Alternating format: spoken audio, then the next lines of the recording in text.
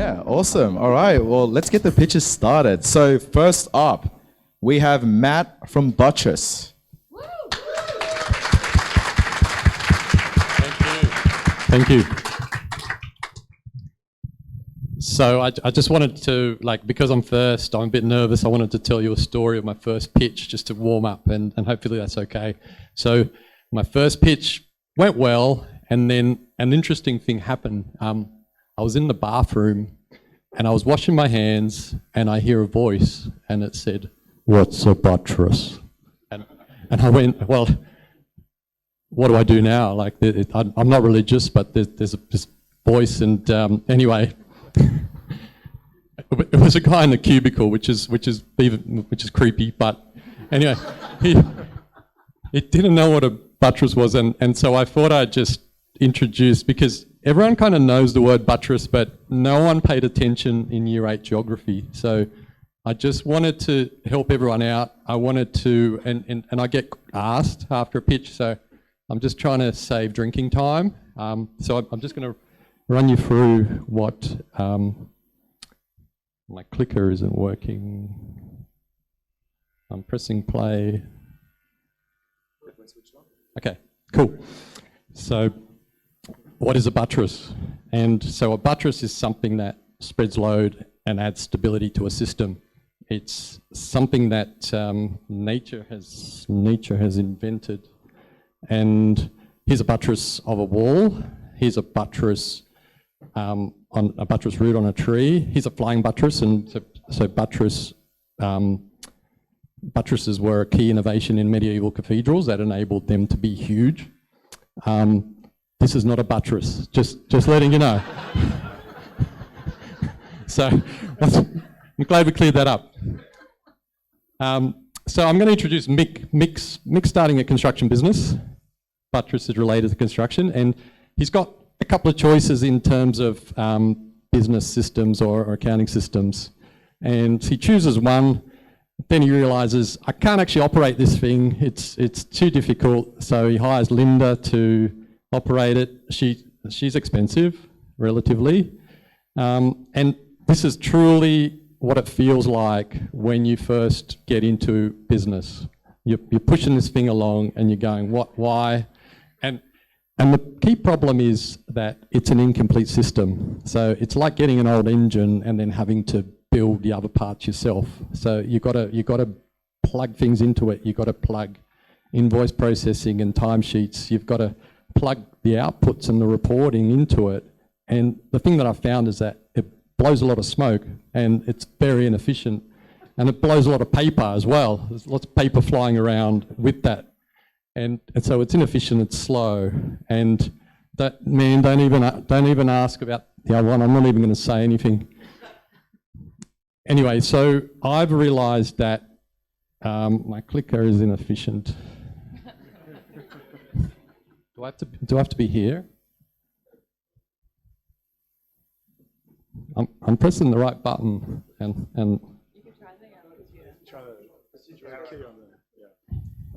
maybe it needs batteries. Okay. So I found that complete systems are available, but they're ridiculously expensive. Mick can't afford them. I can't afford them.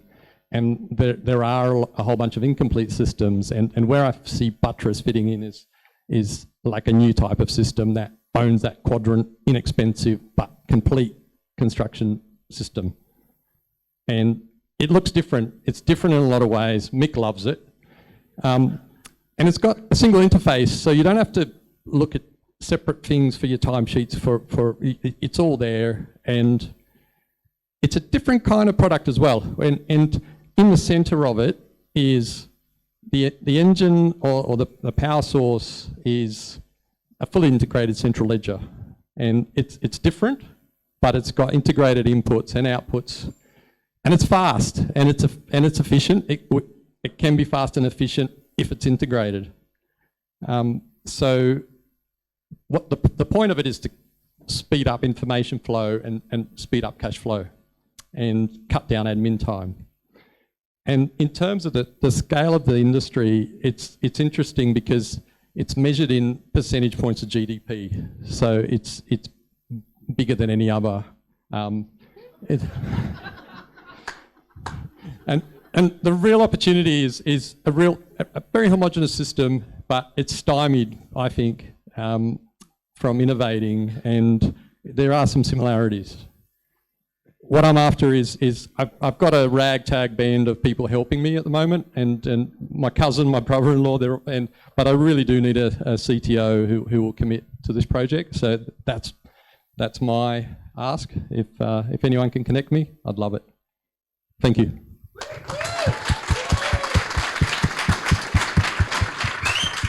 Thank you. All right. Okay, I now know what a buttress is, and it's not the pillow. It's not the pillow. All right, one question each from each of the judges. That may have been the funniest pitch I've ever seen, so well done. Are you in market at the moment? No. Okay. No. What would be your strategy to find a customer? What's your go-to-market?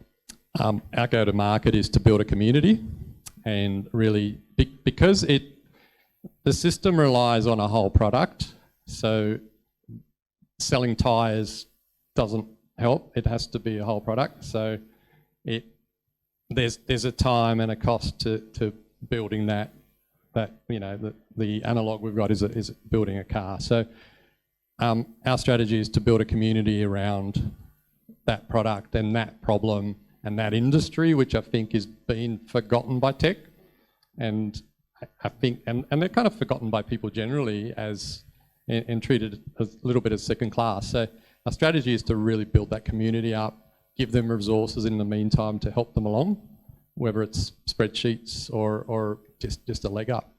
That's our go-to-market. Thank you. Yeah, that's great. Amazing pitch, very exciting. My question would be just how will you plan to engage Mick?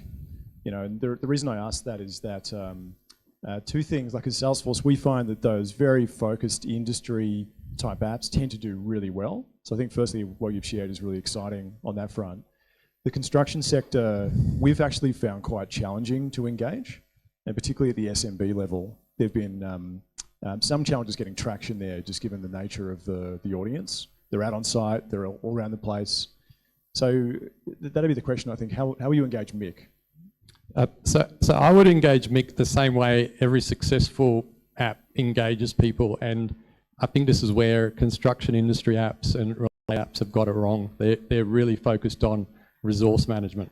They're not focused on empowering people. So the way I would engage Mick is to lift him up, give him status, give him something that's a bit more than just like making him feel like a resource. And I think that when you analyse every construction app through that lens, it's very apparent that they're apps and platforms created by consultants and management for the control of resources, not for empowerment of people. So it's very stark when you actually start looking at it in that way.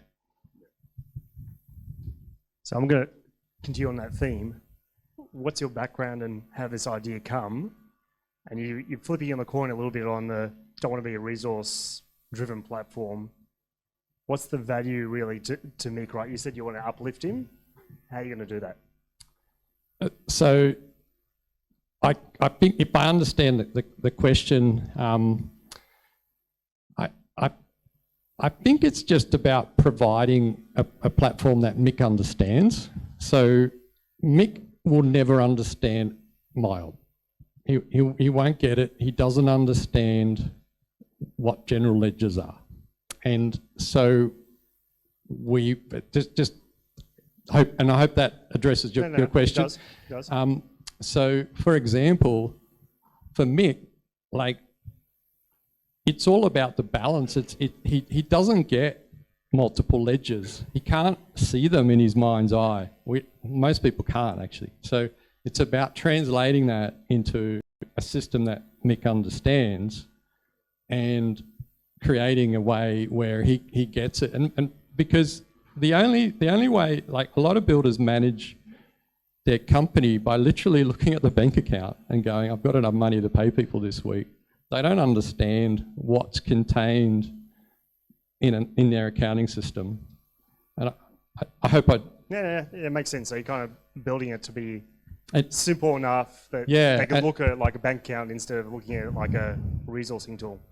And my background, sorry, just to cut back in, is I'm a builder. I've been doing this for a long time, and I've suffered for a long time with what's available, and so it's really a personal sort of journey as well. Yeah.